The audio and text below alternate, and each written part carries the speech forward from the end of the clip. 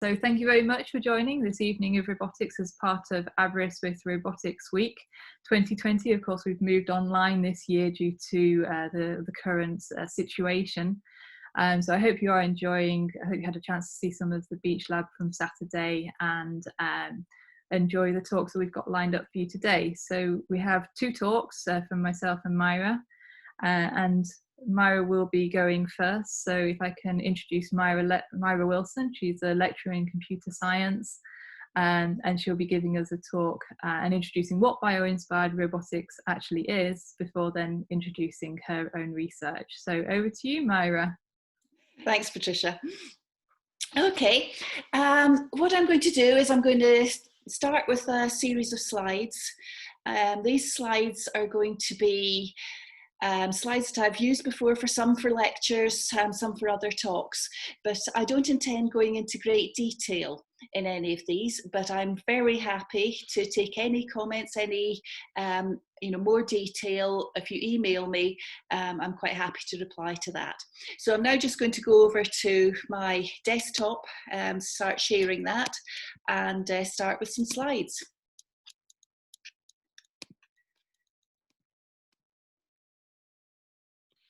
Okay, so first of all, what is biologically inspired robotics? I think that's the question that I want to look at here.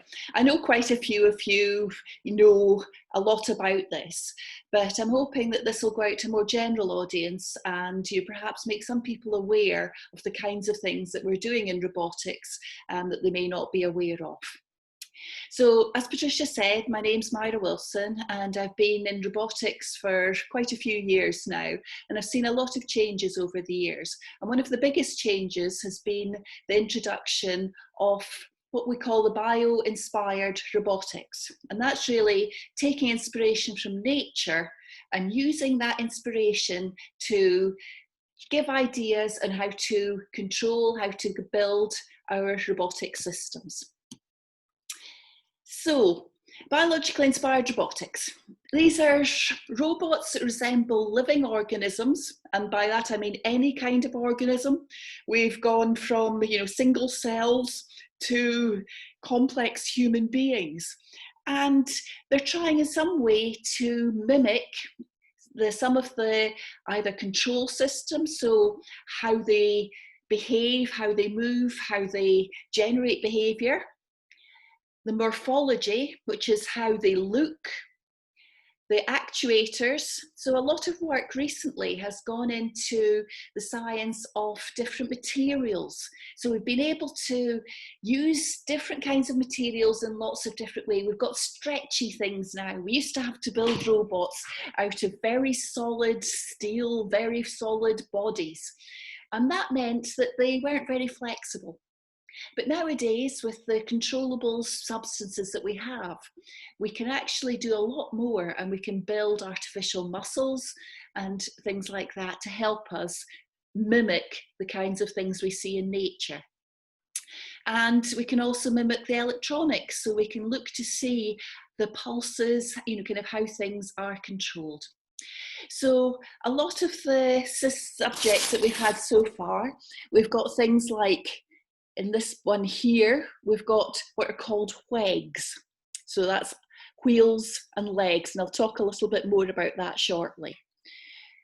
We've got Asimo. Now, that most people will have seen Honda's Asimo at some point or another. It's been a robot that's developed incrementally over the last 20 years. And now they've got a slightly smaller version than the original, so that it's not so imposing for human beings. And there's a lot of work gone into both making it more autonomous and making it more reliable. Quite recently, the Sony dog has come back on the market again after a few years of being out of production.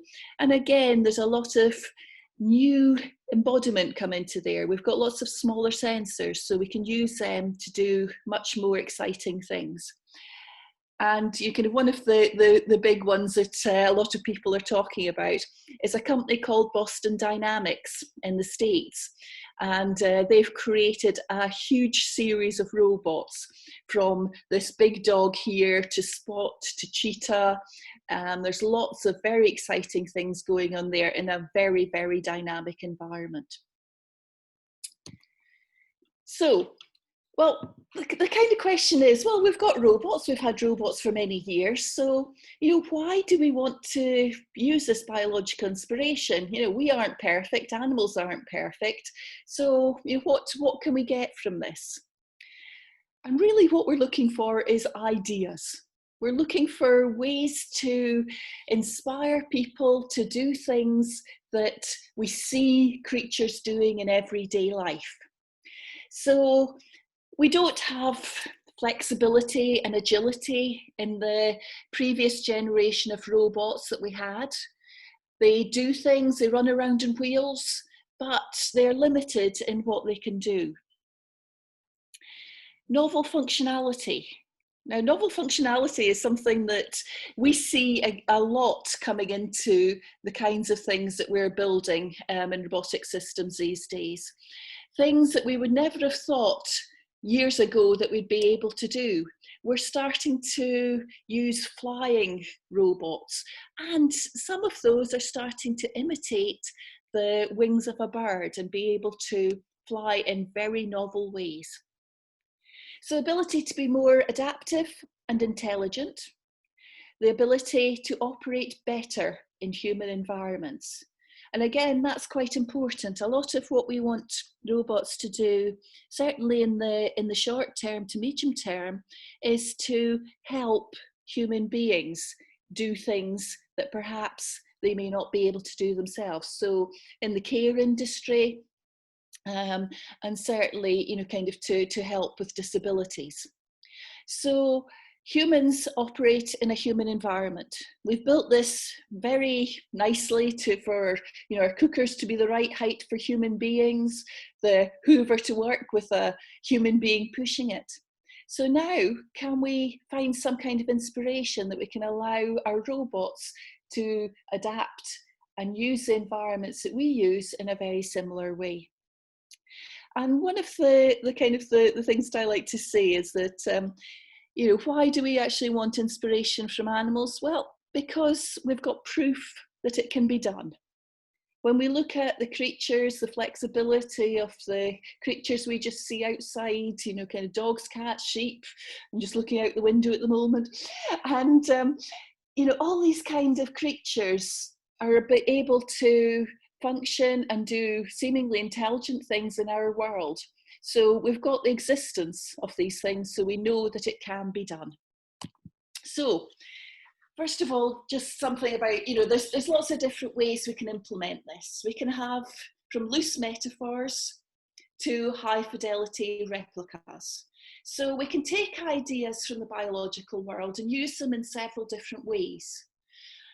We can, from one end of the scale, the kind of the robot end of the scale, we can take ideas from nature and then we can engineer solutions which work on the robot bodies that we have and with the creature, with the kinds of builds that we have at the moment. So we can take just a smidgen of inspiration and use that to build better robots at a specific task. At the other end of the scale, we can faithfully model some kind of aspect of biology. So we can try to perhaps mimic the kind of muscles that humans have and see what we can do with that within the real environment. And I think that's something that's certainly developed over about the last 10, 15 years. And there's actually been some quite successful projects that have developed robots to look at and research specific aspects of a real creature, mimic those to such an extent that you can start using them as models for biologists to study the kinds of behaviour that they have there. So, as I said, why use a robot as a model? Why bring that robot with, biology typically uses a lot of computer modelling systems to model the behaviour and try to theorise how things are done in the biological world. But the problem is that those are, as we know, computer models. They're not embedded in the real world. And I think that's something that we've worked out through the research in robotics for the last 50 years, is that for a robot to be successful, it's really got to have an idea of the environment in which it's going to be working and how it interacts with that environment. That is a very important part of getting a robot to work correctly. And again, using biologically inspired creatures, you've got, again, that in touch with the environment, the ability to relate to what's going on there. So if you actually force a scientist to use a robot as a model of a biological system to produce, hypotheses on how that creature is going to behave, then you actually have a really good background. You can embed it in the environment and see how the environment also can influence the behaviour. So robot models allow scientists to study the interaction of the environment, unlike computers, because computers are just boxes that sit there. You can model the kinds of things that you want to in the environment. You can model the friction, things like that, but putting it in the real world, there's lots of unexpected things that can happen. So computer models may introduce simplifications, which you can't get away with if you're trying to do it in the real world. And it can provide a testing environment where parameters can be modified, which are unobtainable in real animals, where you can't just pull out one wire or one neuron and examine that. But if you design it correctly in a model that you do for the biologically inspired creature, then you may actually be able to play about with the parameters that you certainly wouldn't have access to in the real creature. And again, it's so far not unethical to take a leg off of an artificial creature, but it would be a bit unethical to do that with a real creature. So you've got lots of different possibilities there that you wouldn't have normally. So I'm just going to do a few examples of these, a couple of systems that are out there in the big wide world, and a couple that we've worked on here in Aberystwyth. Now, as I say, I'm not going to go into any details, any research details. I'm not going to show you graphs and mathematical models. If you want to see those, then please feel free to get in touch with me. My email's at the start of the presentation. So feel free to email me, contact me, and I can give you lots more details, probably more than you want, about these kinds of systems. But for this kind of general audience, I thought I'd just give a general overview to give you an idea of the kinds of things that are out there. So I'm going to look at, first of all, some wheeled legs, which we've already quickly looked at, which is the WEGs. Wall climbing, which I think is a favourite of mine, based on based on a gecko lizard. And then some work at Aberystwyth, which was done quite a few years ago now, and bio-inspired communications. The follow-on to that, which led to a project with search and rescue, and the work that we're currently working on, which is the positioning of UAVs, unmanned aerial vehicles, in order to make up a network backbone and how to position those for optimal network coverage. Okay, so WEGs, wheels. Yeah, the advantage of them, we know what they are, we know how they work, and they work well on flat terrain. Legs, they're great for rugged terrain. And this idea of WEGs allows for the combination of both. Now I want to just kind of come out of this and just quickly show you just a little video, just so you actually get an idea of just what this creature looks like. So here we go.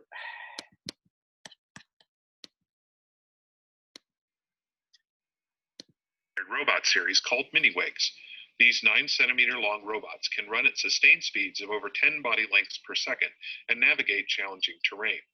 They are more compact versions of our larger WEG series of robots, which benefit from abstracted biological principles derived from cockroach locomotion. Cockroaches normally walk and run in an alternating tripod gait.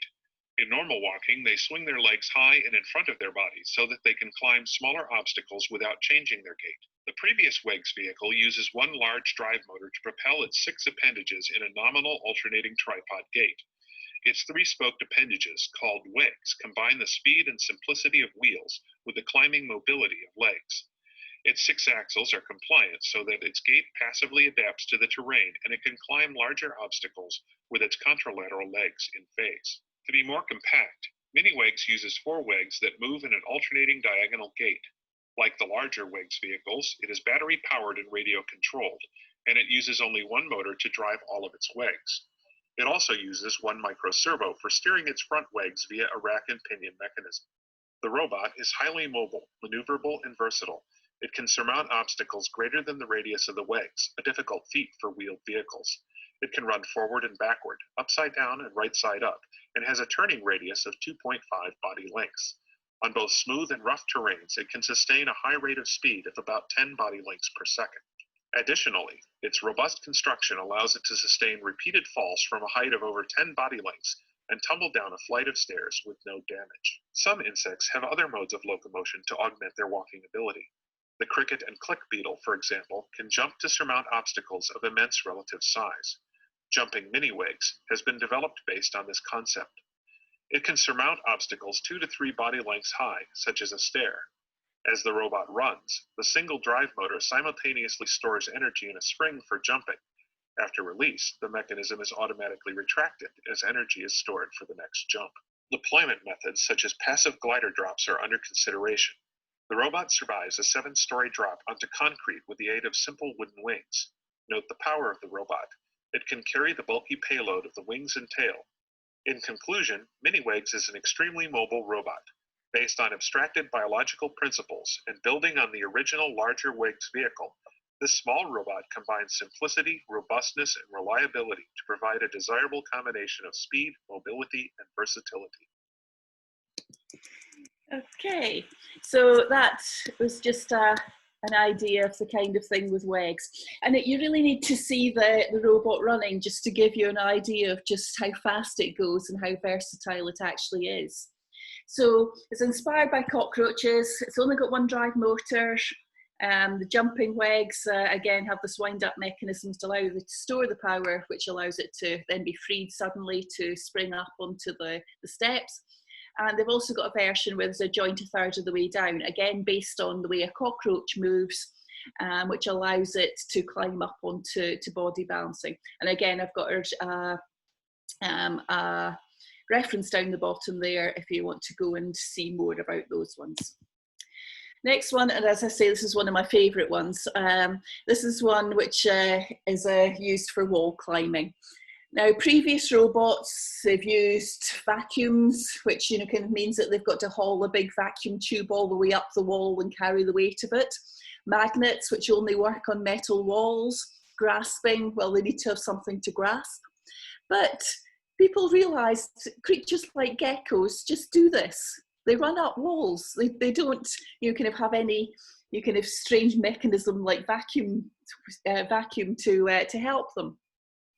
So you want them to cling without damage, and researchers have taken inspiration from the gecko creature itself. So how it does it is that the gecko has little toes, and it has thousands of little hairs, filaments called setae, micro small. And these allow the toe to adapt to any surface, and it uses a weak electrical force which allows the molecules to stay attached. It operates in both wet and dry, and they did extensive research on the real geckos. The biologists did that in order to determine how they actually did the climbing. And then the researchers in robotics provided this creature here, which uses the same kind of ideas. The filaments can't possibly get as small as the gecko filaments, but they proved that they were small enough in order to be able to get a good grip, and then they peel off the fingers as the real gecko does, and again that allows them to climb up. And it doesn't require energy for suction, for grasping, so it's actually a very energy efficient way of doing this particular task. And again, reference below. Right, so on to the work that we've been doing here in Aberystwyth. Now, this is quite old work now, but again, it's coming from this inspired by nature. And this has taken it into a different field, the idea of networks. Now, everybody at the moment will be fanatically joined at the hip to their network, because anything that you do in these day and age, you've got to use the internet in order to get out there and talk to people. So again, this is quite a few years ago. What we were looking at was wireless networks. So networks that are put together without cable joining. So, most people have wireless in their houses these days. But we had the problem that if you have mobile people wandering around, or mobile robots wandering around, you want to be able to keep a network over that particular set of robots without dropping out, without losing robots. But each of them have limited resources. There's only a certain amount of power associated with each robot. So what you would like to do is optimize how the routing occurs within these networks. So Alex Giakos, who's a PhD at the time, looked at relating this to the idea of the honeybees and the way that they communicate information back to the hive about how they're finding sources of food, relating that to the hive, relating it to fellow bees, doing recruitment using the honeybee dance, which is quite famous now, and bringing back the quality of the network back to the source. So use the quality factor, and again, that's something that the honeybees do. They find how good the source is and they relate that information back to the other bees at the hive, and that allows them to provide a much better quality of information about where to send the other bees out of the hive. So it's the same kind of thing that we do with the bee-inspired network. We use that quality factor and we use it to determine the best path using various information. And again, that kind of information, just get in touch if you want any more details about that.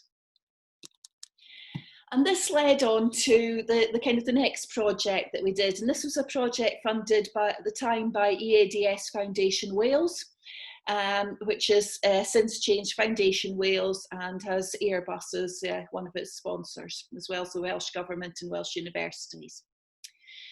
So our scenario for this particular case was to have a base station, which in this case is marked in green.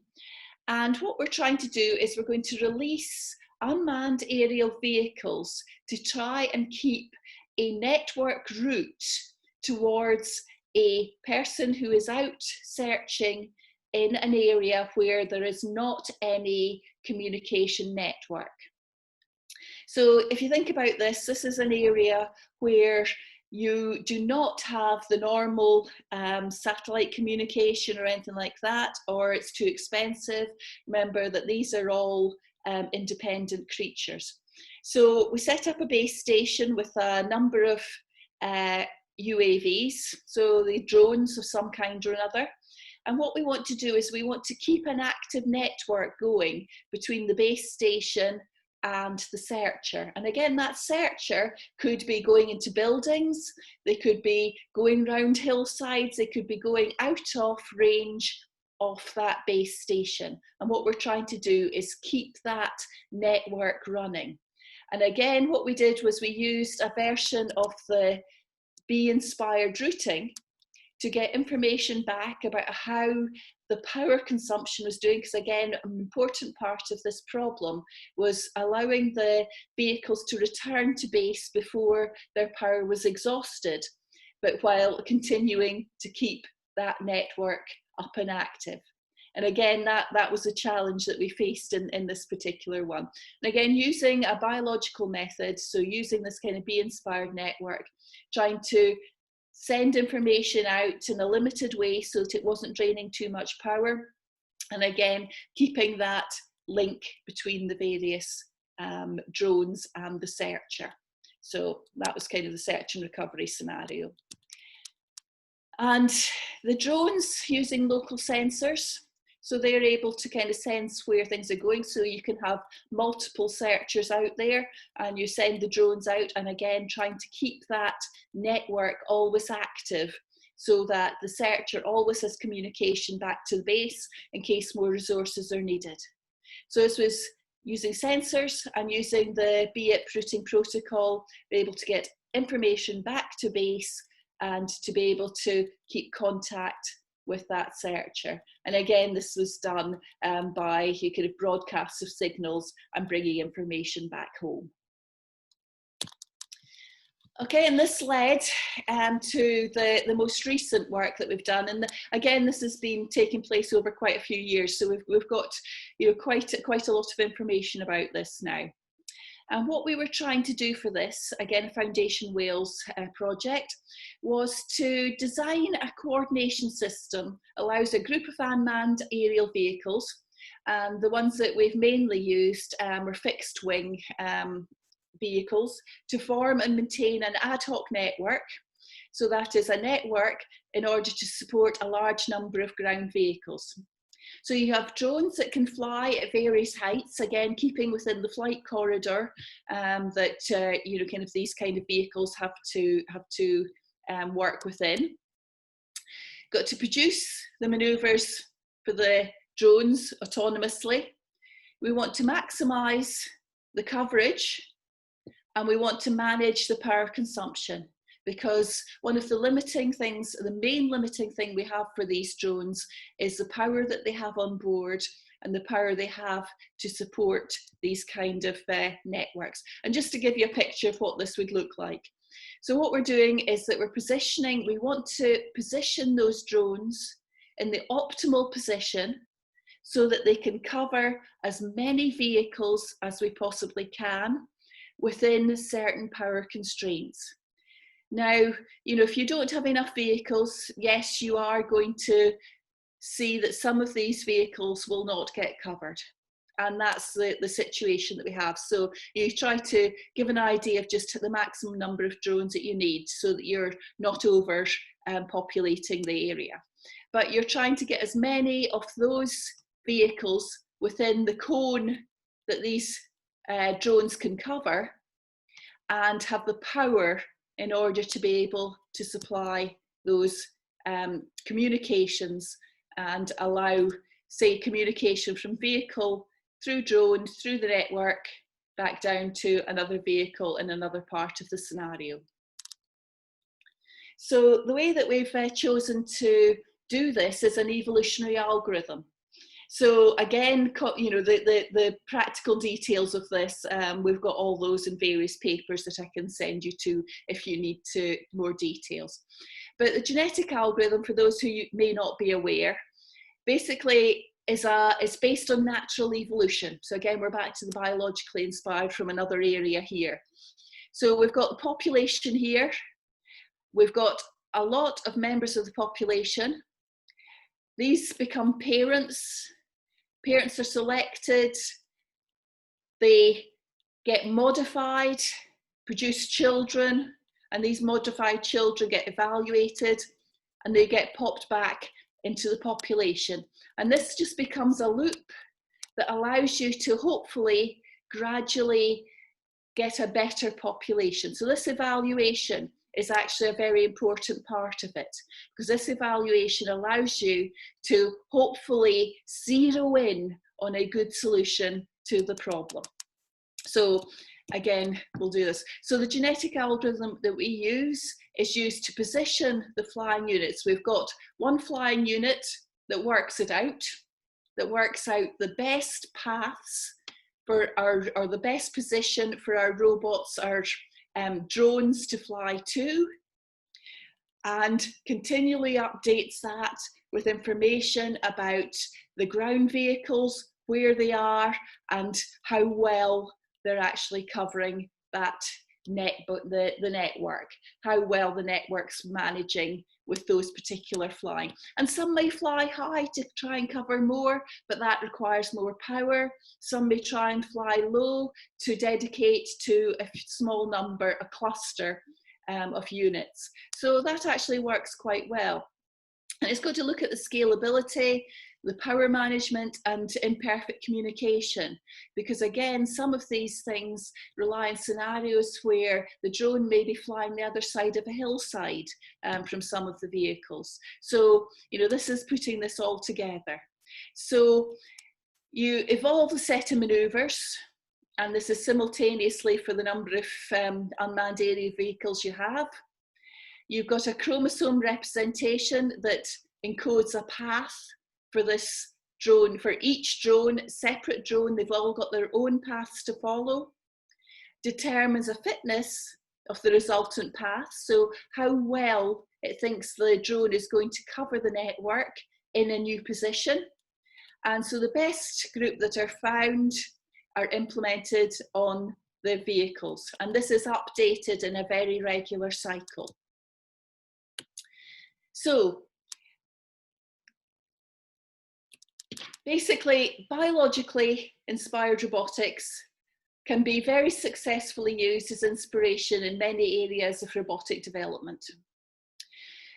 There's lots of types of robot that have been manufactured and made that would not be around if it wasn't for this inspiration from biology. Even the hoovers, you know, the robotic hoovers that you find running around your floor, a lot of those will originally have been inspired by biology. And this can inspire, it can come from simple inspiration to full robotic biological models that can be used by biologists to examine theories, hypotheses about the biological creatures. But just as a caveat to that, one of the things that you've got to kind of remember is that the behaviour that's produced may not be the optimal behaviour because it's been produced through an evolutionary process. And evolutionary processes aren't the end of the line. You know, we are still evolving, albeit slowly. So what we do is we do the best we can with the best kinds of behaviour that we have. Okay, so I'd like to come back to the main room now and throw open for any questions if I stop the screen sharing here and come back in. Okay. Back to Patricia. Thank you very much there, Myra. It was a very nice talk. As I say, if you would like to ask questions, you can either type those into the chat bar. I think Helen's monitoring the chat bar. Or you can also go to the participants list and raise your hand there, and then we'll invite you to unmute your microphone to ask a question.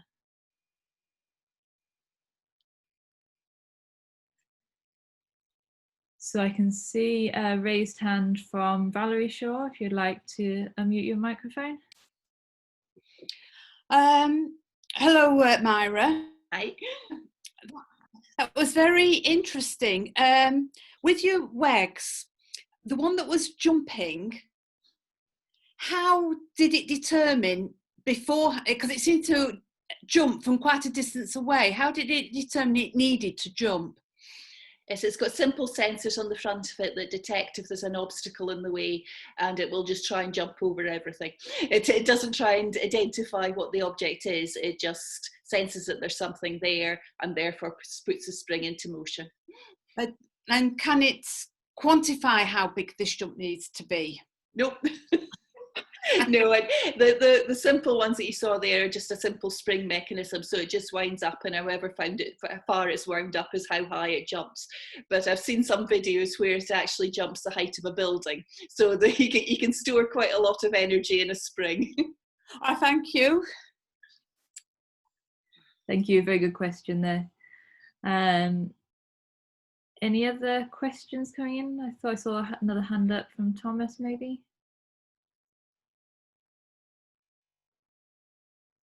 Apparently not. Okay, well, thank you very much, Myra. If there are more questions, then there will be another opportunity to ask at the end. So I guess I should start my video now. I think carrying on from that, looking at another aspect of bio-inspired robotics, I'll be talking about this little guy here and some of the research that we've done related to humanoid robotics, taking inspiration from biology. So if I can share that with you now. Hopefully you can now see that.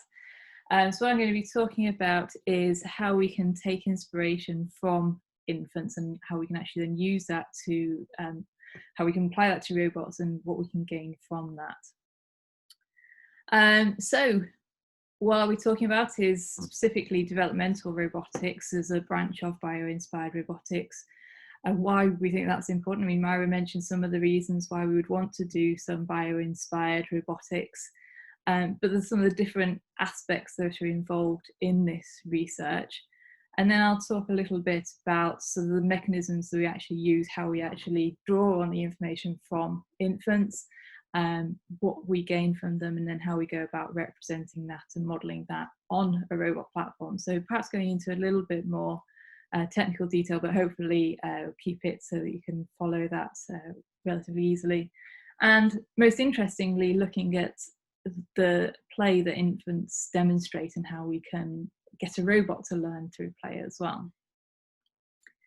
So developmental robotics specifically is looking at learning from how humans or animals, it could be animals as well, learn over a period of time. So we're particularly interested in infants and looking at the longitudinal, so the long-term process that they go through.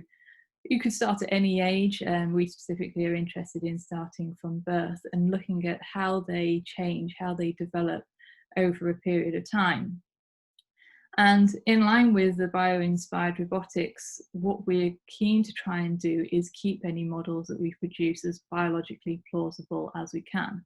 And what that means is essentially we don't want to implement something that isn't at all possible on biology. What we want to try and do, and also we're not going to go for complete biological accuracy, that's simply not yet feasible, but we do want to go somewhere for that middle ground where potentially the models that we produce are plausible. There is possibility that is how it's done in biology, and that there's a potential overlap between the model and the biology. And so for the robot, we're really looking at drawing on this autonomous behaviour that's seen in infant learning, the ability to just go out and explore and play and learn. And it's in real time as well. So many computer science algorithms for learning involve huge quantities of data, a large number of samples, which could take very long periods of time to train.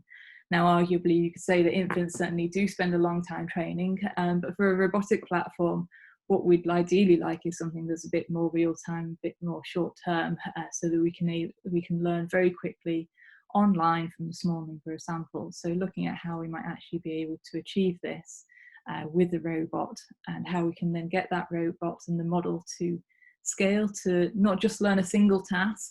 We actually want it to be capable of continuing to learn and adapt to its changing environment over a period of time. So why is this important? Well, as Myra said, humans and biology in general are very good at adapting to change. We learn throughout our lives. We never stop learning at any point. And I think if this current situation has shown anything, it's shown just how adaptable we are and how quickly we can learn to adapt to different situations and learn new skills of learning, using new technology and new ways of communicating. And it's a totally unexpected situation. I think if we looked this time last year, we certainly wouldn't expect to be in the sort of lockdown that we are at the moment. So the ability for humans to adapt to changing situations, to learn new skills, is something that's really valuable for robots. But we can't simply insert those to a robot. We can't simply program those in those high-level skills. So instead we look for inspiration in how we go about gaining those skills. And I hope many of you have heard of Alan Turing. And he was actually the father of AI in many regards, and suggested that instead of trying to produce a program to simulate an adult mind, why not rather try to produce one to simulate the child's? Subject it to a suitable course of education, and then hopefully following that period of education, following suitable opportunities to learn, then what we might end up with is an adult. Now, we never explicitly specified what age to start at, but we look at from birth essentially, and sometimes even a little bit before birth. So look at some of the development that perhaps goes on inside the womb and how that might fit into the learning. And so obviously for roboticists, then we can try and produce these robot models that are capable of adapting to changing environments, learning online. But it also works in the opposite direction. So we gain from the better models, but the psychologists can also make use of these models for trying to better understand what's going on inside the infants that they're studying. And we can do this by sort of reproducing some of the studies that they do on infants, and then actually look inside the model, look at what's going on, what are the variables, how are they changing, and perhaps even modify some of those connections. So Myra mentioned that the ability to inspect into individual neurons or wires in the case of a robot and see how they're changing, what they're doing at any point in time. And we can potentially make some quite major changes that would of course be unethical on any human or animal subjects at this point in time. And so we can explore what the effects of those are and try and gain a better understanding of what's going on inside human infants as they develop. And of course, with humans, they perform experiments on many infants. They get enlarged as many children as they can to run these experiments. But of course, on a robot, we can just restart it and see how that changes. The other major benefit for psychologists is because what we're doing is longitudinal, so studying the growth, the change over time. In psychology, when they're doing this, all they can really do is take snapshots. They visit the infants, they have them come into the lab, and depending on how long the experiment, it could be weekly or monthly or even once a year if they're doing an experiment over a number of years. And what that gives them is a snapshot of the infant's ability at that point in time. Although it's called a longitudinal, it's literally just a series of snapshots that they get. But by producing a longitudinal model that is capable of growing and learning on a robotic platform, we can actually provide a continuous picture and hopefully see some of the transitions and investigate the causes of some of those changes during the infant's development over a period of time. And for developmental robotics, specifically looking at infant development, then there's a wide range of aspects that has to feed into that. From the longitudinal development, you're looking at learning the coordination of the motor control, understanding the sensory perception that's coming in, and that's not just a single source. There's lots of different sensors, sensory information coming in from all over, from our eyes, ears, touch.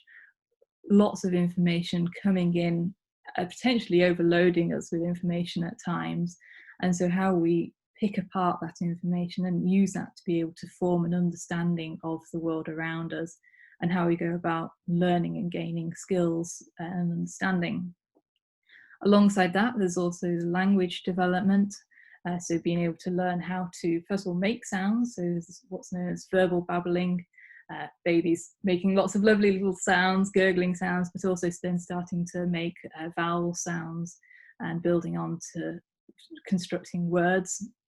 And then actually how to communicate and have a conversation, which is involves a form of turn taking. So I'll say something, you'll say something, and we learn sort of the timing of this conversation to be able to communicate, and we learn the structure of the language to be able to share information.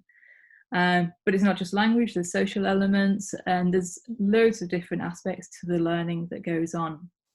Now currently we're mainly focusing on the first category there, the longitudinal aspects, the understanding of the world around us through sensory perception and skill acquisition, and that is using the curiosity, intrinsically motivated driver for learning. But if we want to really be able to develop a model, an infant, then obviously the other aspects are equally important.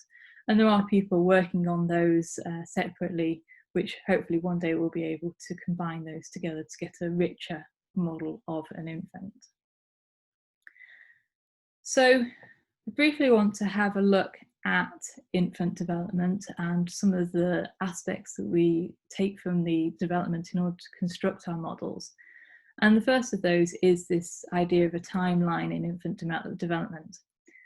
As anybody who's had children be very much aware, the stages that infants actually go through as they grow and learn.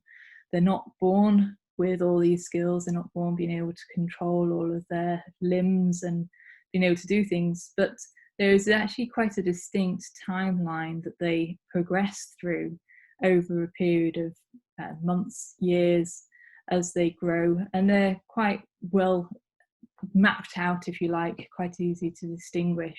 So when first born, they've got very limited control over any of their muscles, but they're able to move their eyes around. By 1 month old, the neck muscle strength is sufficient to be able to lift up the head. And so it progresses, building up from the top of the body and the inner of the body through to the extremities. So gradually building up the arm control and to be able to, first of all, make wide sweeping arm movements, and then gradually making more fine motor control, finer movements with the hands to be able to pick things up. But it's not just limited to the physical development that we see here, the motor control. There's also cognitive development going on alongside this. So building up an understanding of the world around us. It doesn't start with this understanding of the world, it has to actually build that up. And the way it does this is through experience. So as we grow, as we observe the world around us, we gain a lot of understanding about how things happen. And one of the first concepts, if you like, that infants will develop is this concept of object permanence. Now, with the possible exception of keys and remote controls, I think we can certainly say that objects don't tend to just vanish. If you're walking down the street and a bus passes between you and a car on the opposite side of the road, then you can actually quite accurately predict when and where that car will reappear as the bus passes.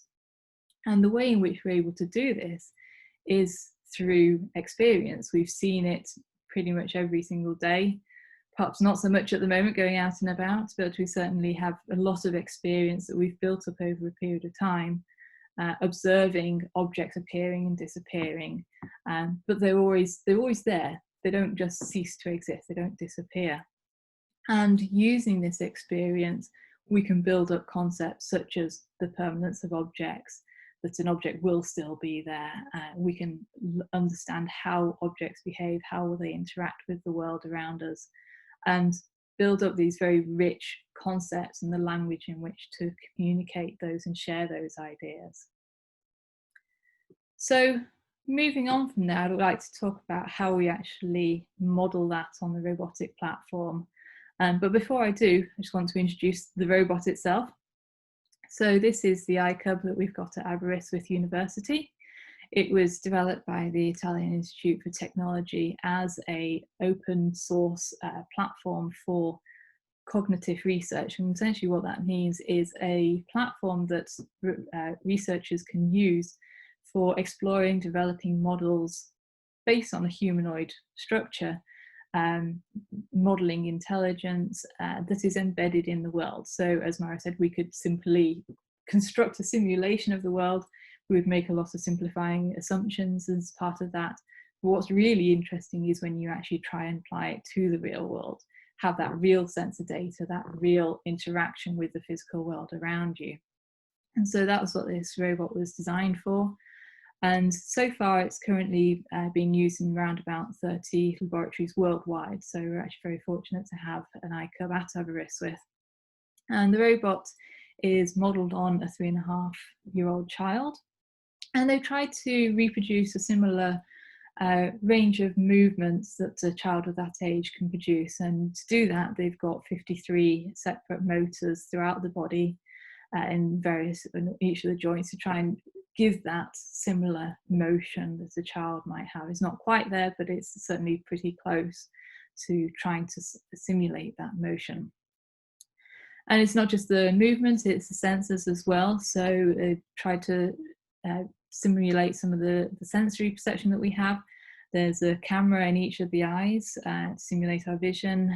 There's tactile sensors on the fingertips, the palm of the hands, on the arms, and also on the torso.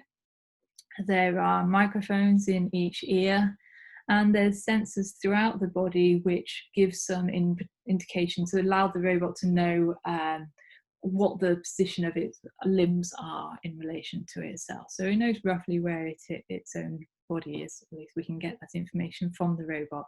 For those of you slightly more interested in the technical side of things, there is an onboard computer within the robot, but it's quite a small computer that's mainly used for gathering all of that sensory information from the robot, gathering the motor information, and also transmitting that across the network to another computer from which it receives motor commands to drive the motors and move the robot around. That does, of course, mean that it's connected to power supply and various computers by quite a large umbilical cable. So we certainly don't need to worry about it running or even crawling off at this point in time. But they are continuing to develop the robot, and at some point they are hoping to release a slightly older aged version of the robot, possibly around a 7-year-old version, which possibly will be able to move around a bit more freely. So how do we actually go about modelling how children learn? Well, this is again where we go back to biology to try and understand how it's done in biology.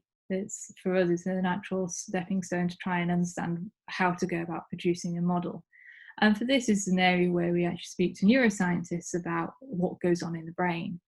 And we can see here a picture of the brain highlighting some of the different regions of the brain, and each of the regions has different responsibilities. It provides different control, processes different information, and it all gets linked together in there. What's particularly interesting for us is this section on motor control. There's also a section next to it, directly next to it, for processing sensory information, although I should say vision is handled separately, and actually a large portion of the brain is dedicated to the processing of vision. There's a lot of stimuli there, and so the areas that we started off looking at was this motor control and sensory control. Now, within the brain, what we have is lots of neurons, and they're connected together. Lots of connections formed between those neurons, and those connections at birth are actually quite limited. There's not necessarily all that many connections there, but it gradually builds up these connections over time. And so we took ideas from this and see how we could actually perhaps represent some of those neurons in a slightly different way. So each of these circles here in this diagram, if we wanted to represent the retina, might represent a neuron in the brain that corresponds to a location on the retina. So what we can see here is in the center of the diagram, we've got very small circles, and that represents a very high precision that we've got in the center of the retina. So what we call the fovea, we have very high detail. But as we move further out in the eye, there's a lower resolution, and so we have these larger circles on the outside. And we refer to these circles as fields, so sensory fields, which can connect to either sensory information or perhaps to motor information. So if you want to control the eye, we could have a set of fields corresponding to motor movements. And this as a whole grid we refer to as a map. So this is for us a map of the retina, if you like. So when sensory information comes in, say we see an object that overlaps with one of these fields or a number of these fields, that will stimulate that field.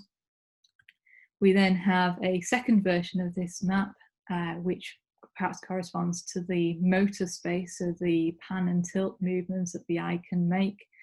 And over a period of time, through initially random motor movements, but gradually building up motor babbling and trying to localize the connections between these, we form connections between fields in one map to fields in another map, where there is a correlation between the two. So when we see some stimulus on the edge and we want to know how to look at it, then this corresponding field in the other map will tell us what that connection is, how to actually move our eyes.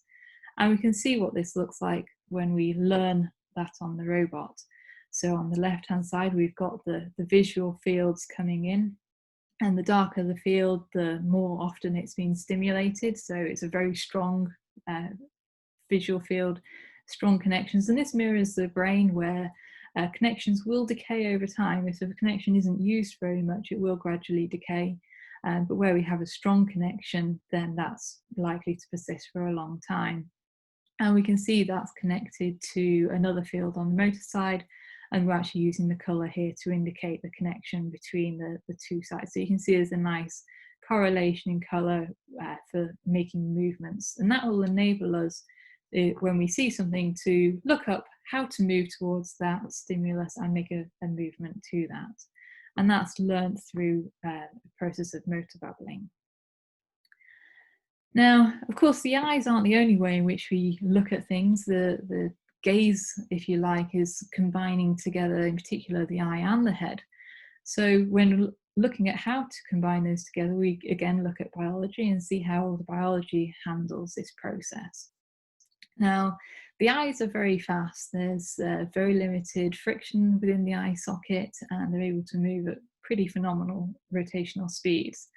So when a target appears, so this bottom line here is the appearance of a target, a stimulus, something that we want to look at, then the eye will very rapidly move to focus on that target. And this gaze line here indicates the overall fixation that we've got. So we very quickly gain a fixation on the target that we're interested in. And then the head also contributes to that gaze shift, but the head's somewhat heavier, the muscle control is a bit slower, and so it takes a bit of time for the head to actually start to move. And so over a period of time, slightly delayed from the start of the eye movement, we start to see the head gradually rotating to be able to also contribute to that gaze shift. And as the head starts to move, we actually see that the eye tracks back to maintain this fixation, a constant line on the target that we're interested in. And there's some other aspects of biological plausibility where if you try and move your head whilst keeping your eyes open and centered without actually moving your eyes, you'll find that it's actually impossible to move your head without also moving your eyes. And that's because there are some ocular reflex behaviors hard-coded within our brain that keep the eye and head working together. So when we're actually trying to produce an architecture for the robot, we need to keep this in mind in order to follow this idea of biological plausibility, to ensure that any model that we produce is also true to biology as much as possible.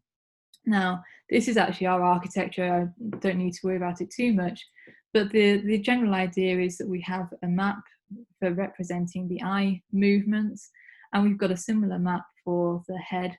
And then we've got these mechanisms in there that calculate how much the head should contribute to that gaze shift. And we've also got this ocular reflex that maintains that eye fixation, counterbalances the head movement as it rotates, in order to try and simulate the biology as much as possible.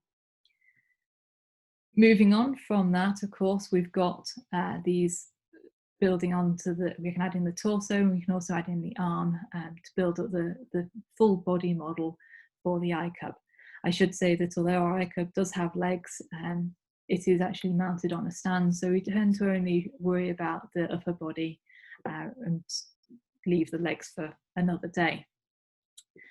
But of course, if we actually tried to learn all of this at the same time, then the number of different parameters would make it very difficult to learn and very time consuming to try and figure out exactly which motor movement it was that was causing the change that we were observing. I mean, if you're moving your torso, your neck and your head, then all your motors are moving, but they're all affecting your vision they're all contributing to the change in vision that you're perceiving. So this is where we go back to biology again to try and understand how biology handles this process. And as I said earlier, that infants go through these series of stages whereby initially they can only move their eyes, later on they start to be able to lift the head and be able to coordinate the head. And so what we've developed is a what we call LCAS, which stands for Lift, Constraint, Act and Saturate. And the principle here is that we start off with a very much constrained system. So when we're first born, if you like, we're in a very limited, very constrained system. All we can actually move is our eyes to start off with. And we can control those motors, we can receive the sensory perception connected to that. And it's a very limited information set that actually makes it very easy to learn. There's very simple correlation between those two systems. And so we can explore that, we can act in that constrained space. But as the amount of learning opportunities, the novelty available saturates, i.e. we've learned everything that we can learn in that particular setting, then the novelty begins to dissipate, the learning rate slows down, and at this point it triggers the lifting of the next constraint. So for us, that triggers the release of the next constraint, releasing the neck control early on. Now, I should say that this isn't actually a one-directional process, although perhaps in certain constraints they do only go in one direction. But in other areas, if you're thinking about a more complex skill, say, for example, learning to drive, and you try and go out onto a main road, but you're struggling with gears still, then you'll go back, you'll reapply a constraint and go back onto a quieter road whilst you can actually practice that simpler skill. So you can actually reapply a constraint if you find that you're being overwhelmed and you're unable to learn any correlations between the sensory information that's coming in. But the question is, where do these constraints actually come from? So many of these constraints, certainly for the developing infant, are internal. The brain isn't fully developed, so there isn't the physiological infrastructure within the brain to support some of these more complex levels of understanding, so that certainly applies a constraint. But there's also physiological restrictions in terms of muscle tone. Initially, the muscle strength is not sufficient to support the neck. The muscle tone isn't there to be able to control the arms, certainly not precisely. And so you end up with this this series of constraints as you gradually develop those muscles over a period of time and learn how to control those in a slightly more structured, staged approach. But constraints can also be external. So one example is for learning to drive, but it's what opportunities you're exposed to. If, for example, you only ever saw vertical lines, then your opportunity for learning about other visual stimuli would be highly restricted. And so there are external factors that we can apply, we can put in place, or try and avoid having too many constraints in the environment that then limit the learning as well. So what I quickly want to show is a slightly old video now of the iCub learning how to coordinate its upper body. This is a time-lapse video that we put together. There is a clock in the background so you can actually see how fast it's going. And initially we can see just the eyes moving, and in a matter of minutes it's actually learned how to coordinate the eyes very rapidly, and that lifts the constraint to be able to then control the neck. Over time it's gained sufficient understanding of the neck that it's actually coordinating the eye and neck together. Now it's making use of everything it's learning as it's going. So as soon as it discovers something it knows about how to move to, then it will make use of that, and that will rapidly speed up the learning that is occurring in the background. And as that starts to saturate, as the accuracy of the eye and head control increases, you see that the eyes aren't moving as much, then that saturation and novelty wears off and it releases the next constraint, which in this case is arm control. Now I should say that we actually learned a lot of the arm control in a simulator simply because of collisions with itself, and so avoiding damage to the robot, which is why it was quite so fast there. But moving on, we can still learn the torso control. And actually what we did see with the arms was a bit of learning to coordinate, connecting together its hand and eye space together. So perhaps if I go back to the arm control a moment, what we can see is it's actually looking at its hands and learning where its hands are in relation to its gaze set base. So it knows where its arm is, and it can actually then coordinate to look at its hand too. And so there we see it learning some torso control. And the really interesting thing with the torso is that it contributes to two different spaces, if you like. So the first is obviously the visual space. So you can turn your torso to increase how far you can actually see. So if I wanted to look over there, I could turn my torso and see much further around than I can with just my eye and head. But it also enables us to reach further. So there's a nice overlap there with the reaching as well. If something's slightly too far out of reach, then I can lean forward in order to be able to access that. And so using the torso is a really nice way of connecting those spaces together. And here we can see the ICOB actually making use of what it has learned to be able to reach towards this toy that's been waved in front of it. So using the torso to bring it into its reachable space, and then using the arm to reach towards that. Now, it's of course not just about the physical development, but as I said as well, there's some internal development going on. And one of the major aspects there is the visual development. Over the first 12 months of life, the infant's vision develops from pretty poor at birth up to nearly adult level vision at 1 year old. And what we have here is a simulation from the ICOB's perspective of what we think that might look like from for an infant at each month interval for the first 10 months of life. Now you can see that at the very first image there, it's very poor, very small, and actually that's because the field of view, the range which it can actually see, is very narrow. The eyes haven't yet fully developed, and they're still growing within the infant. And that, of course, will affect what it's capable of seeing, what it's capable of learning. Now, I mentioned earlier about the amount of being overloaded by stimuli, and actually having this very poor vision early on means that the developing infant won't get overloaded by information coming in from its visual stimulus.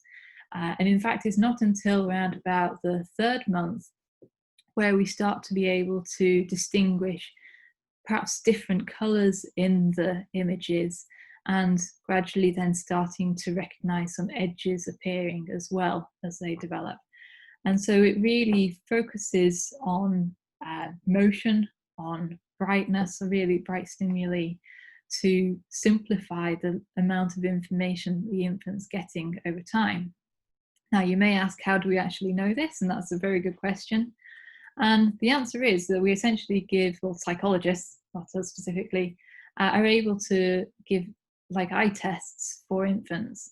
And the way they do this is through monitoring how long an infant will spend looking at something, how long it's, and they use that looking time to try and measure novelty. And so they'll present, perhaps for the visual grating at the top, to try and measure acuity, these vertical bars and alongside a completely grey box, a plain grey box. And if the infant can't distinguish between the two because the visual acuity is so low, then the looking time between the two boxes will be pretty similar. Whereas if there is some significant difference between those for the infant, then you'll see a noticeable difference in the looking time to those. And you can do something similar with pictures. So you could present a series of images to infants, and at some point you then introduce a completely new image, and that's a novel stimulus for the infant. And if it's able to distinguish between those different images, then you'd expect to see a different looking time, the length of time spent looking at that new picture. Whereas if they're all the same, then there won't be any difference at all. So using that, we can actually gain this idea of how good the infant's vision is. And in fact, yes, we have given the ICOB a vision test to try and generate those different stages of visual development. But what we really want to try and do is try and understand, get the robot to learn about the world around us. And the way that infants do that is through play.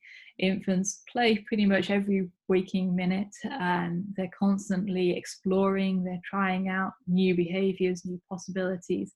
And play is often described as a very fun and repetitive activity. So if it wasn't fun, I very much doubt infants would actually do it. But what we also tend to see is that it's very repetitive. So they will discover a new action, they will repeat it multiple times to perhaps try out different variations, but quite often repeating it a lot. And one of the best videos I've seen of this is of an infant that goes to pick up a candlestick and accidentally pulls the candle out of the candlestick holder. Completely unexpected, possibly never encountered this previously. And then for the next few minutes, it literally just puts the candle back in and out of the candle holder and laughing all the way through. And so through that, it's learning about these objects that can be connected and separated in a predictable way. And during this play, they inevitably generate a lot of stimulus, both through audio, tactile and visual input. And that's all feeding into the experiences that the infant's gaining, which it can then use to help to better understand the world around it. So if we want to apply that to robots, then how do we do that? Well, we had some basic motor babbling where it was making initially very random movements, but gradually starting to focus in on those movements. And we see play almost as an extension of this motor babbling process, but not necessarily random. The other key detail with play is it's often not goal directed. It's very rare that there's a clear distinguishable goal in play, particularly with early infants. Perhaps more as they get older, they might have a particular objective in mind, like seeing how high they can build a tower of blocks. But quite often there's no specific goal clear when they're playing. Instead, or at least when they get started, instead it might actually be that through play they define their own goals, such as how high can I make a tower. They're not set a goal, but they might set their own goal. And so for the robots, we use this as a curiosity mechanism for providing a means for exploring and learning and continuing to learn without external influence. And we're keen to use this about learning how to recognize objects and also exploring, discovering, constructing new actions and learning what the effects of those actions are and how they then interact with the objects around it. So when it comes to recognizing objects, there's lots of different stimuli coming in for the infant. Now, obviously, this is varying as the infant develops. So I mentioned about the vision, initially very poor. Not until around about 3 months old, it's able to detect, to really start to distinguish different colours and be able to identify the edges of objects. And so the sort of toys that infants tend to get very early on are the really bright prime colour toys, and it's not until the slightly older age range they start to introduce the other ranges of colours. And so that's really helping the infants to distinguish the colours as much as possible. But it's not just about vision. There is what we refer to as multimodal sensory perception. So that's combining different sources of perception as well. So when we touch something, we feel how, we get a sense of how that feels, whether it's soft or rough, how hard it is. And we also get a shape. Our hand makes a shape around that object, and different objects will of course produce different shapes for the hand. And so there's lots of different information that we can use there to actually start to recognize and distinguish different objects. And so what we use is we go back to our map idea, and we have various feature spaces that represent combinations of features, and we can bring those features together to represent a single object. So for one of these objects, we can detect what the colours are on it, what the features are visually, but then we can also use the tactile patterns and the hand shape to distinguish these. But one of the really interesting aspects of this is that if one of those features is missing or is varied slightly, you can still actually match the object to it. So for example, if you had a different coloured ball or something that was slightly different pattern, then you could still actually recognise that object. And we can then use some of that overlap to either fill in missing details, because it could just be that actually you can only see half of the object, so we could fill in the missing details from what we can't see. But we can also use that to say, if there's this ball here, then presumably this other ball has similar properties. But of course, recognizing objects is only half the problem. We then actually need to be able to interact with those objects and play with those objects. And so at this point, we go for a slightly higher level representation, where we look to combine the actions, so the motor movements that we're performing, with some context. So actions aren't performed in isolation, they have some context in which they are performed. And that's typically linking a precondition, so what the current state of the object is prior to the action itself, and then what the effect is on the object afterwards. So what position is it in, where is it moved to? And then, so these schemas are actually providing a representation in memory to be able to connect these different features together. When a new schema is formed or an unexpected post-condition is discovered, then that actually provides novelty, which drives the learning on. And that novelty will trigger it to repeat the schema, see if it can reproduce that post-condition again and again. But it can also be used to explore slight variations. So I've got a schema that I used on this object over here and it produced this effect. There's something that looks slightly similar over here.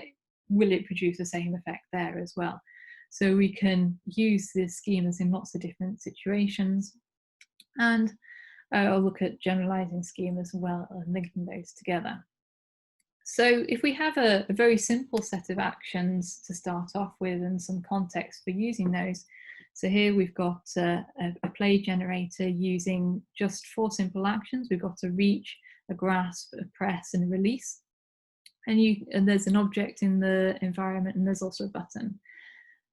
So you can perform the actions in any order, there's no constraint on that, but obviously the effect of those actions will vary depending on the context in which it's performed.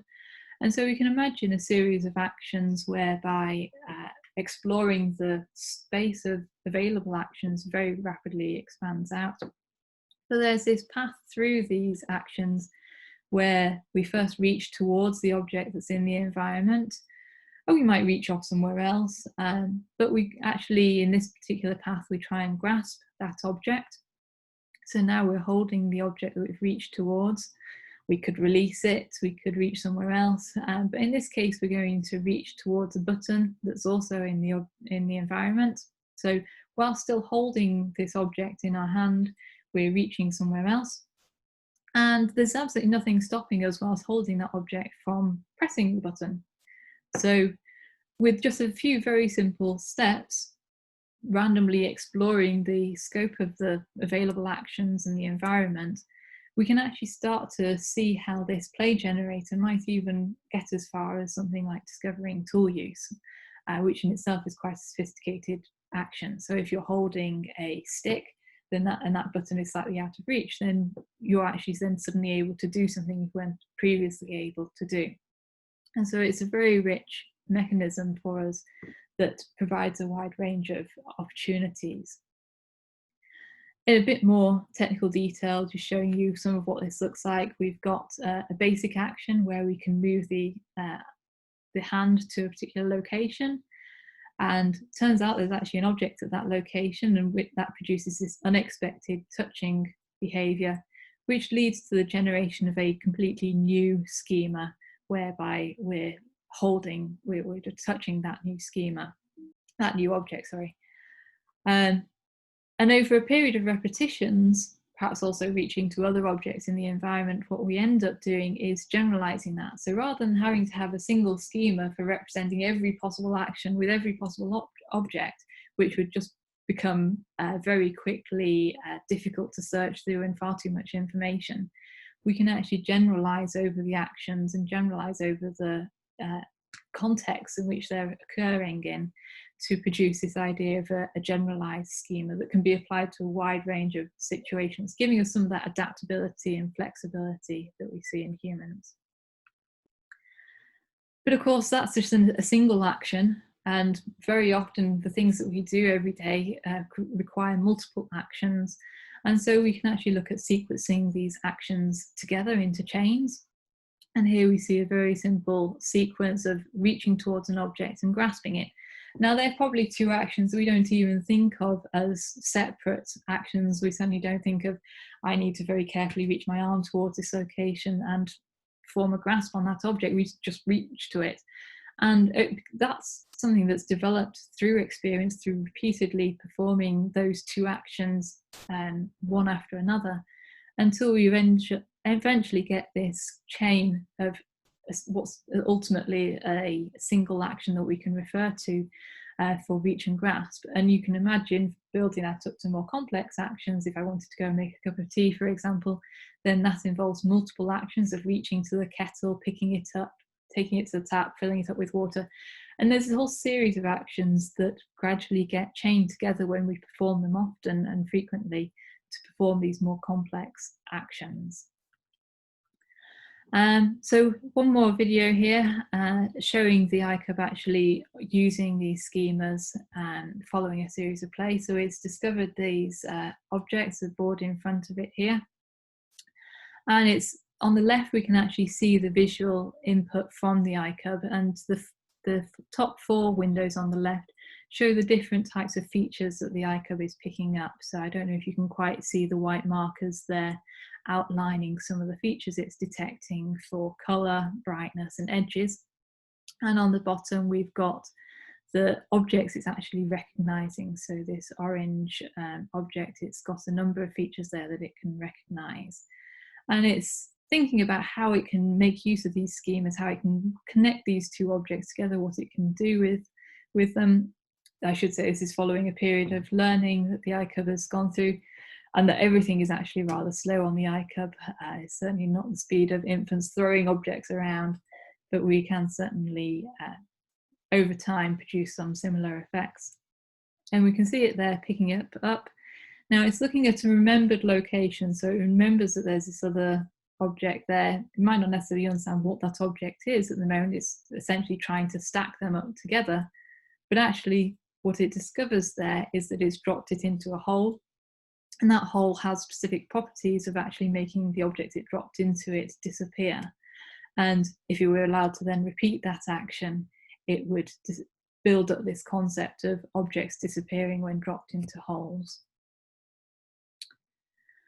So where do we go from here?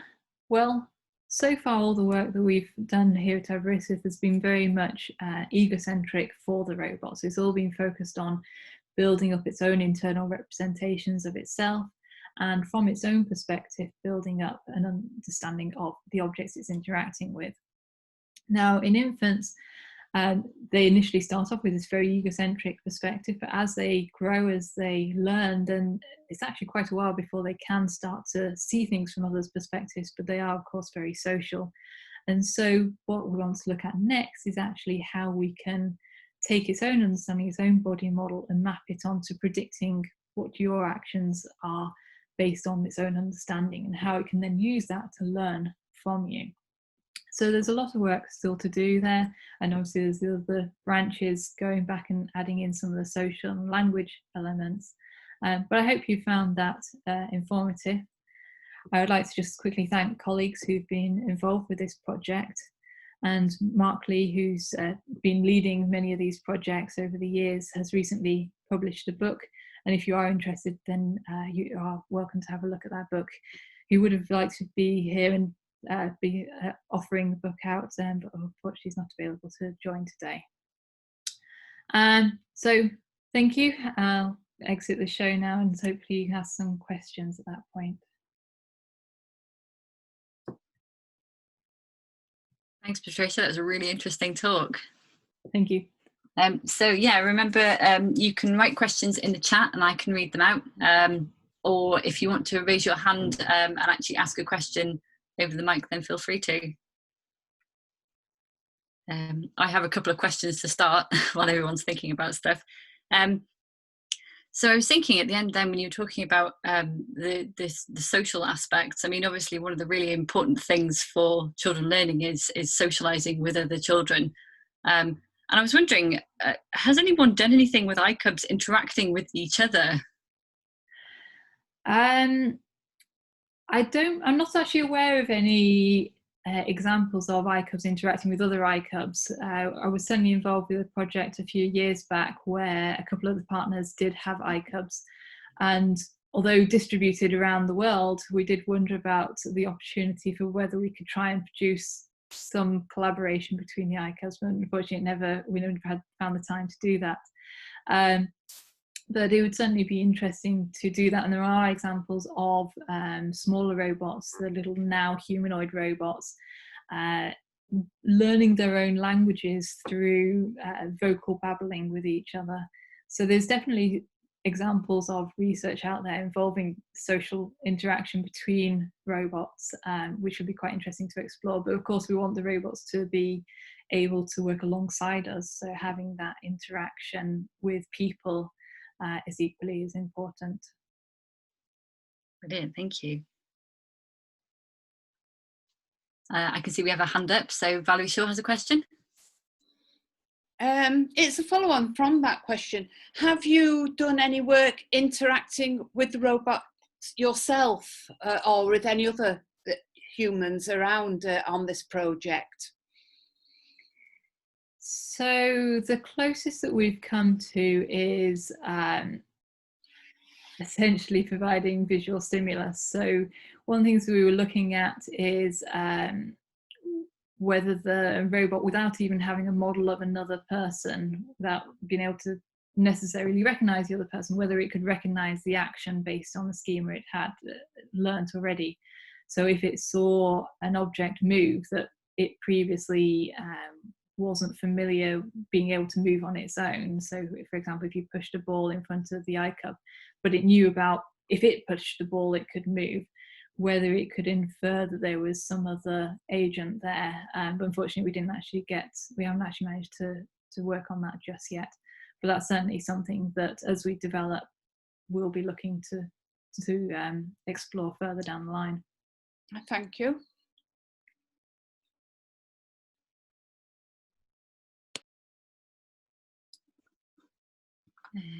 I have another question. So one of the things that happens quite a lot with infants is they will learn things that maybe they shouldn't do.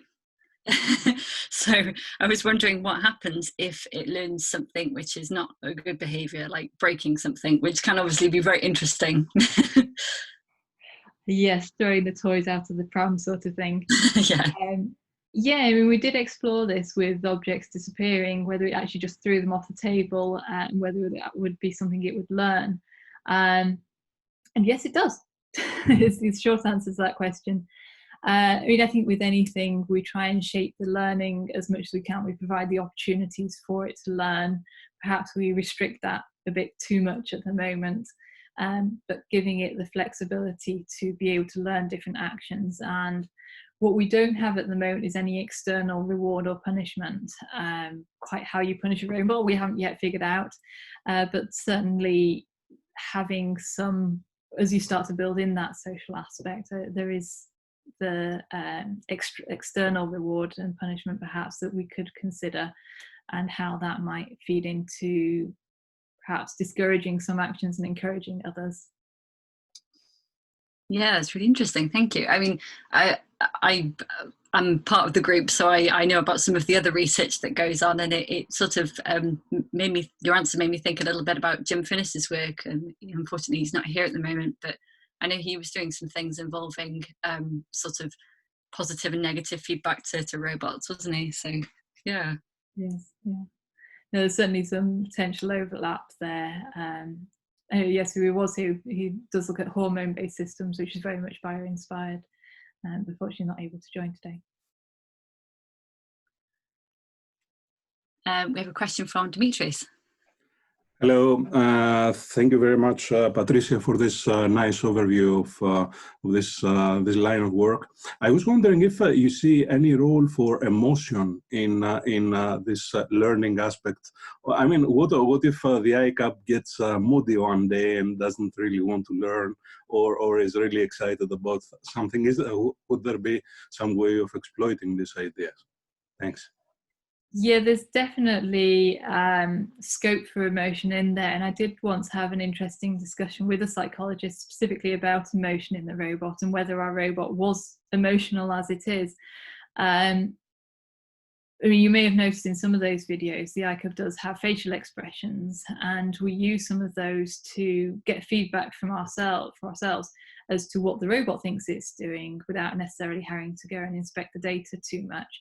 So if it thinks it's been successful, then we will actually change the facial expression to a happy. If it thinks it was unsuccessful, we'll change it to a sad. And with the schemas, then one of the things we do there is if a schema is successful, we'll reinforce that schema. Whereas if it's unsuccessful, we'll discourage it from executing that schema again.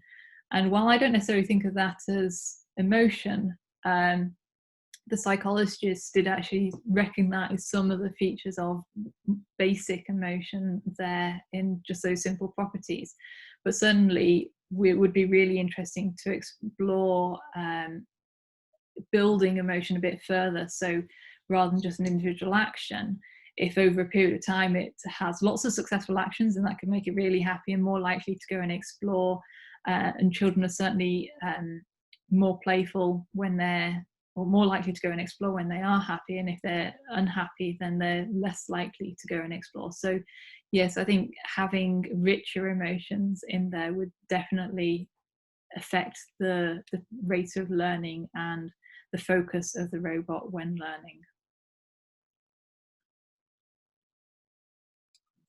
So we've had a couple of questions come through on the chat, one for you, Patricia, and one for Myra as well. So if Myra, if you're still there, hopefully. So the question for Patricia was, so I'll just read it out. It may not apply to the ICAB specifically, but do you have any thoughts on the potential for a robot to become less egocentric over time, perhaps through some similar tests used in psychology? Yeah, so certainly the hope is that as the ICAB develops, it will have a body model, and there's a functionality in the brain called mirror neurons, which is how it maps on its own body model to other people's body models. And so through mimicking that process in the robot, we do hope that this egocentric perspective could be used to map onto others and then give it that more social aspect and understanding of other agents. I hope that answers the question. Thank you. And the question for Myra then, so if these kinds of robots become more ubiquitous or available in modern life, do you predict there being some discussion on limitations regarding the use of stored energy? Okay. I think that's, you know, the question of energy with autonomous robots is always a, you know, kind of a really big one. I think a lot is being done at the moment, rather than storing the energy, is using the energy that's available out there, so solar power, things like that. And as, you know, these technologies increase, then, you know, actually the stored part of that may not be quite so necessary. But, you know, kind of the current robots that we have, you know, using batteries, there's always a limit to what you can do. So, you know, I think you're saying something about projectile weaponry and things like that. You know, there may be some limits introduced, but hopefully, you know, kind of as the technology progresses, I'd like to see more gathering of information. And there was a fun project that they did down in Bristol in the labs down there, where they were using biomatter to try to power things. So they were collecting slugs and using those to power the robots. So, you know, you never know what's going to happen. Wow.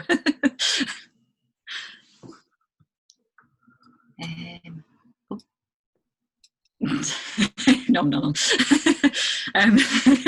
So I suppose related to that then, I have a question that I think is kind of to both of you, which is how long do you think it will be before we see robots out in the wild using this kind of technology, and what do you think they'll be used for? I think you've got to ask Fred that. Fred Labrosse, who already has robots out in the wild. Is Fred still here, or has he gone off? I am here. My robots in the wild don't use bio-inspired methods, though. Yeah, no, I mean, I think that it's going to be quite a while before we get fully autonomous robots going out there doing their own thing out in the wild. The technologies just aren't there yet, particularly for long-term autonomy, long-term intelligent actions, kind of keeping themselves alive within your kind of various environments. So yes, we'll get robots out there, but they'll still have to kind of check back to get powered back up or to get new instructions. It'll be quite a while yet before they will be fully autonomous. I think if I can add to that, defining what you mean by wild is actually quite an important question. So basically anything that's outside of the lab for us counts as the wild. And so some of you may have seen the television series a while back where they did put humanoid robots assistants into people's homes. And for us, that is essentially going out into the wild and trying to interact with people and live in the real world where the unexpected happens every minute of every day. And I think that showed that, yes, we are getting there, but there's still a lot of work to do before we can really survive in the wild. Thank you very much. So we have a question from Bear. Could you use small flying robots as pollinators, or would there be some utility in doing that?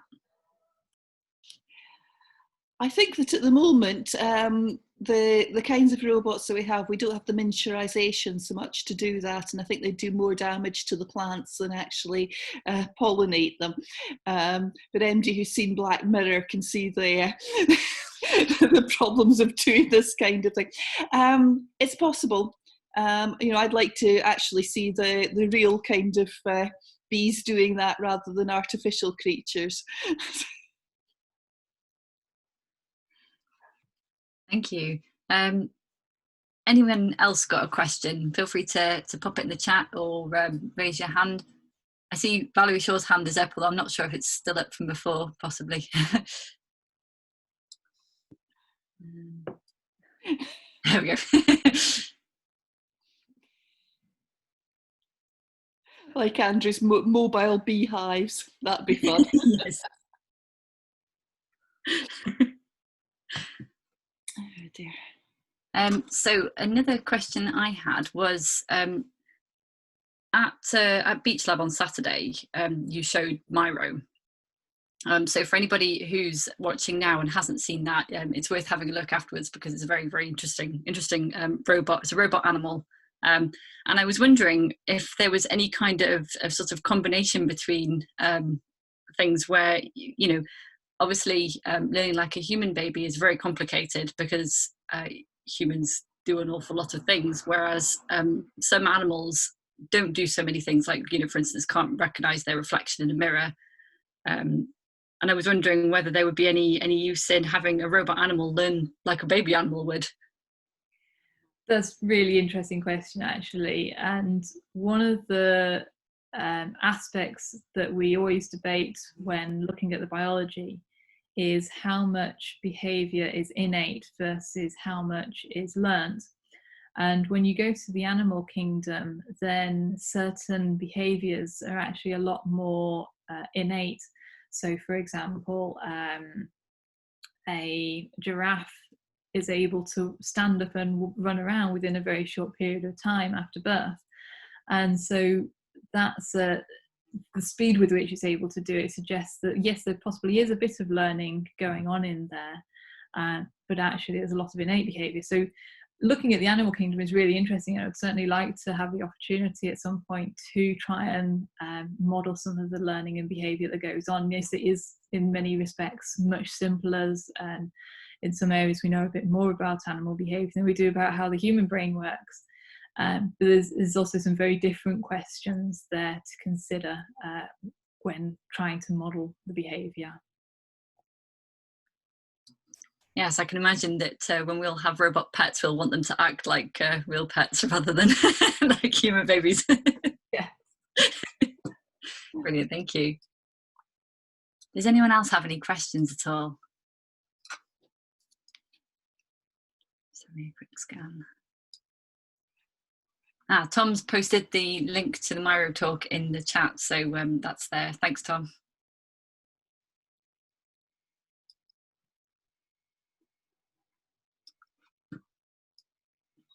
No, doesn't look like we've got any other questions coming through. So I don't know whether there was anything you wanted to say to kind of wrap up.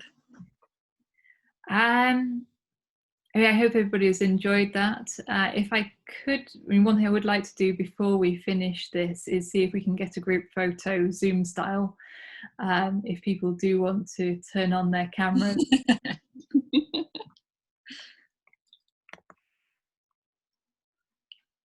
See how many we can get.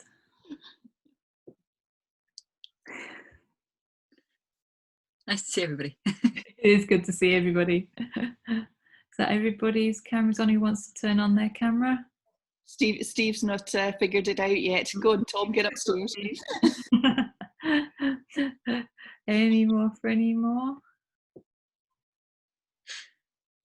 I think that's possibly everybody we've got here.